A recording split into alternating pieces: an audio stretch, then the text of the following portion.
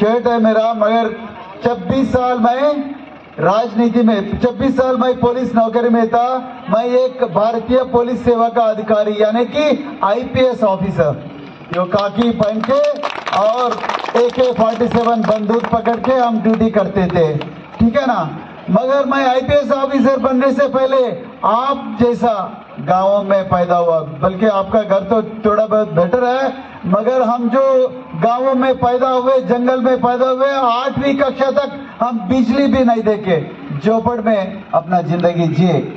देखिए, और मैं इत्तेफाक से आईपीएस ऑफिसर नहीं बना, मैं बहुत मेहनत करके बनी। मेरे माँ एक बाल मजदूर थी, यानी कि बचपन में ही खेती करने के लिए जा रही थी मेरे माँ, ठीक है। एक सुजीत जैसा एक टीचर, एक नौजवान, वो टीचर मेरे माँ से बोली, देखो आपका बेटी खेती बाड़ी करने के लिए इतना छोटी उम्र में जा रही है, 5वीं उम्र में, 7 उम्र में जा रही है, तो उसको कृपया स्कूल भेजे। तो इसीलिए मेरे माँ स्कूल में ज्वाइन हो गई। स्कूल में ज्वाइन होने के बाद 10वीं कक्षा में तक पढ़ी, 10वीं कक्षा तक अव्वल नंबर में पढ़ी। उसके बाद एक टीचर ट्रेनिंग की, और टीचर ट्रेनिंग करने के बाद एक हेडमिस्ट्रेस बन के रिटायर हो गई। उसके बाद मेरे माँ मुझसे ये कहा कि बेटा मैं तो टीचर बन गया हूँ, लेकिन तुम टीचर नहीं बनने का है, तो मेरे से थोड़ा बढ़ के जाना है जिंदगी में। तो मैंने बोला, माँ मैं आपका साथ रहना चाहता हूँ, मैं गांव में रहना चाहता हूँ।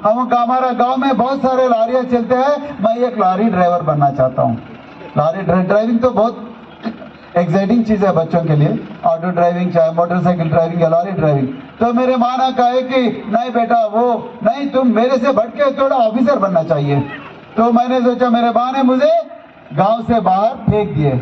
तो हम रोते हुए गांव से बाहर गए, एक सोशल वेलफेयर हॉस्टल यानी कि एससी हॉस्टल में हम पढ़ाई शुरू किए, 8वीं कक्षा से शुरू किए।